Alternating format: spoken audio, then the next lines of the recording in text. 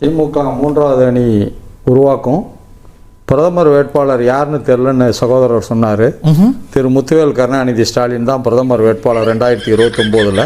ஒருத்தனுக்கு எந்திரிச்சு நிக்கவே ஒக்கில்லையா, அவனுக்கு 9 பொண்டாட்டி கேக்குதா?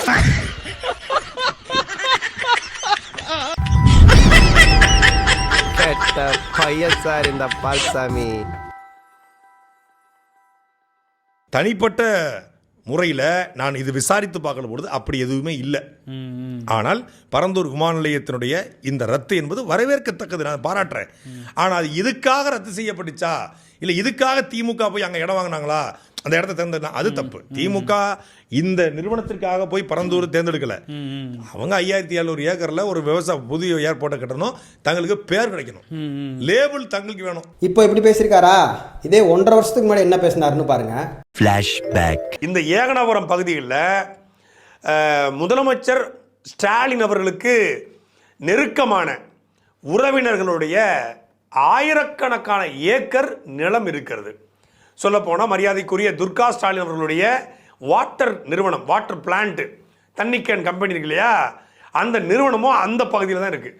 அதுக்கு பக்கத்தில் ஆயிரக்கணக்கான ஏக்கர் நிலங்களை இவங்க வாங்கி போட்டிருக்காங்க. முதலமைச்சருக்கு இணக்கமானவர்கள். திமுக ஏன் பதறது, திமுக ஏன் வந்து கண்டிக்குது, ஐயோ ஏர்போர்ட்லாம் 20 வருஷம் பின்னோக்கி போயிடுவோம், வளர்ச்சி பாதிக்கப்பட்டுரும் அப்படின்னு சொல்லி காரணம். இது வந்து அதிமுக ஆட்சியில் தொடங்கப்பட்டிருந்தாலும் இந்த நில கையகப்படுத்தல் அடுத்த கட்டத்துக்கு இப்போ போகிற அந்த அந்த அந்த ஸ்டேஜ் எல்லாமே திமுக ஆட்சி நடக்குது. திமுக ஆட்சியில் அதுக்கு அப்ரூவல் வந்து கொடுக்கப்படுது. பிளானிங் திட்டம் போடுதல் தான் அதிமுக. அந்த அப்ரூவல் கொடுக்கப்பட்டது வந்து திமுக ஆட்சியில். அப்போ தங்களுக்கு ஒரு பேர் வேணும், பிராண்ட். நாங்கள் தான் தமிழ்நாட்டோட வளர்ச்சிக்கு இருந்தோம், அப்படியே வந்து நாங்கள் ஐடி பார்க்கை கொண்டு வந்தோம் அப்படிலாம் சொல்கிறாங்க இல்லையா. அதுபோல் தமிழ்நாட்டுக்கு ஏர்போர்ட் நாங்கள் தான் கொண்டு வந்தாங்கிற அந்த பிராண்டு வேணும், அந்த லேபிள் வேணும், அந்த அதுக்கு வந்து தங்களுக்கு உரிமை கொண்டாடணுங்கிற ஒரே ஒரு காரணத்துக்காக அப்படி வாங்கி போட்டுக்கனால இந்த ஏர்போர்ட் வந்தால் ஆட்டோமேட்டிக்காக அந்த இடத்தினுடைய கிரவுண்ட் வேல்யூ, மார்க்கெட் வேல்யூ உயரும். அப்படி உயர்ந்தால் மால் கட்டலாம், தியேட்டர் கட்டலாம், பல உணவகங்கள் கட்டலாம், விடுதிகள் கட்டலாம், நட்சத்திர உணவு ஹோட்டல்கள் கட்டலாம். அப்படி கட்டும்போது ஏன் அப்போ ஒரு பேச்சு இப்போ ஒரு பேச்சு பேசுகிறாங்க தெரியுமா? அம்பாசமுத்திர இடைத்தேர்தல், எல்லாம் டெக்னாலஜி, பொது வேட்பாளர், இதெல்லாம் கண்ணு முன்னாடி வந்து போகுமா இல்லையா? இதுக்கெல்லாம் பேர் என்ன தெரியுமா?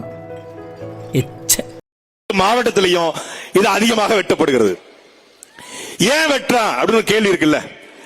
நம்மை பல மன்னர்கள் ஆண்டிருக்கான், பல படையெடுப்புகள் நிகழ்ந்திருக்கிறது.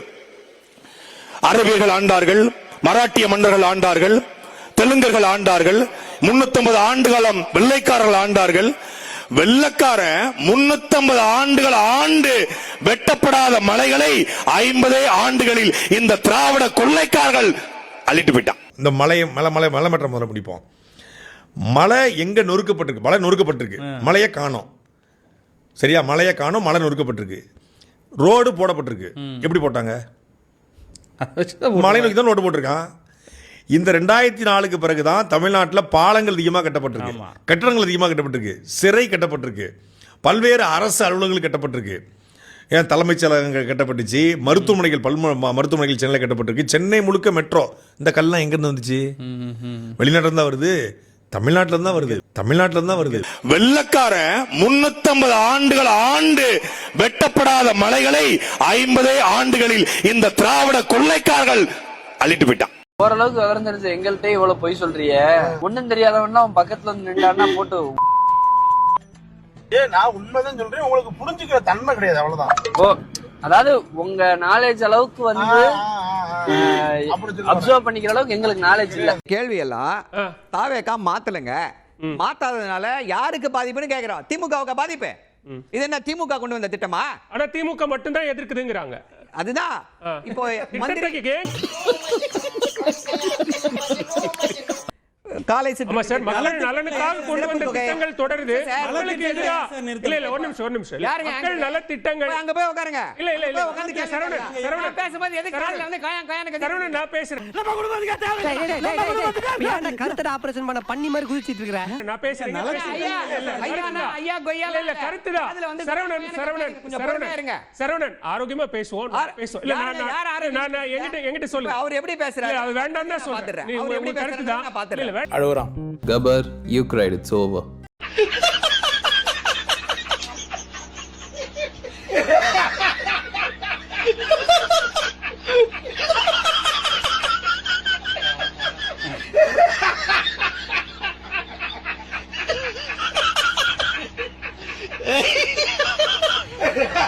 அப்படி சட்டை பண்ண தூக்கிட்டு ஒரு ஆஃப் கை பிளவுஸ் மாதிரி ஒரு சட்டை. இந்த இதற்கு தானே ஆசைப்பட்ட பாலகுமாரா படத்துல ரோபோ சங்கர் ஒரு கேரக்டர் இருக்கும், இப்படி தூக்கிட்டு அது மாதிரி. எனக்கு ராஜ்மோகனை பார்க்கும் போதெல்லாம் அந்த ரோபோ சங்கரை பார்த்த மாதிரி தான் இருக்கு.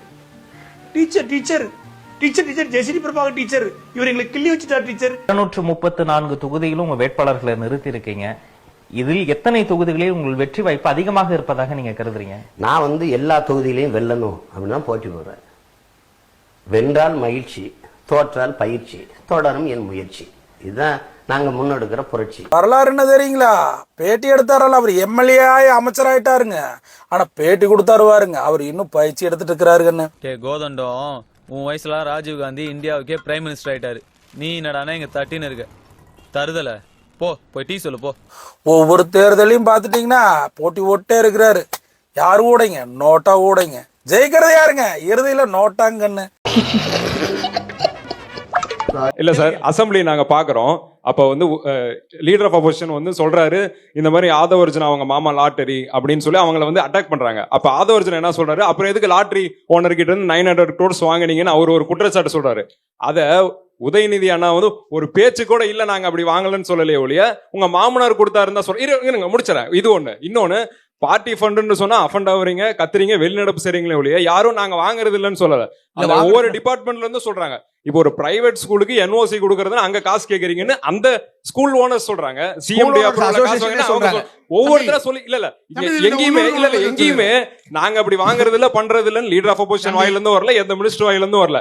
ப்ரூவ் பண்ணுங்கன்னு சொல்றீங்க, இல்ல வெளிநடப்பு பண்றீங்க. நீ கேட்ட ஒவ்வொரு கேள்வி என்ன செருப்பால் அடிச்ச மாதிரி இருக்குடா. மாதிரி இல்ல, உண்மையிலே செருப்பால தான் அடிச்சது.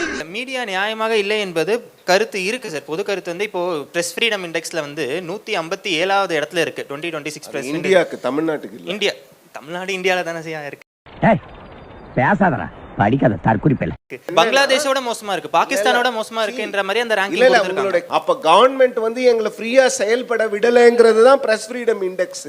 நீங்க என்ன சொல்றீங்கன்னா நாங்க நியாயம் இல்லைன்றீங்க. இப்ப நடக்கிற மாதிரியான விவாதங்கள், இப்ப நடக்கிற மாதிரியான எல்லா விமர்சனங்களும் வந்து கடந்த 5 ஆண்டுகள்ல வைக்கப்பட்டதா அப்படிங்கிறது தான் முதல்ல கேள்வி. சினிமா கேட்போம், கேவலம் கேட்போம். இல்லங்க, நானும் இல்ல சார், விளையாட்டுக்கு தான் நாங்க சொல்றோம். அப்ப அந்த இடத்துல மீடியா வந்து நடுநிலைமையா இருந்திருக்கிறா.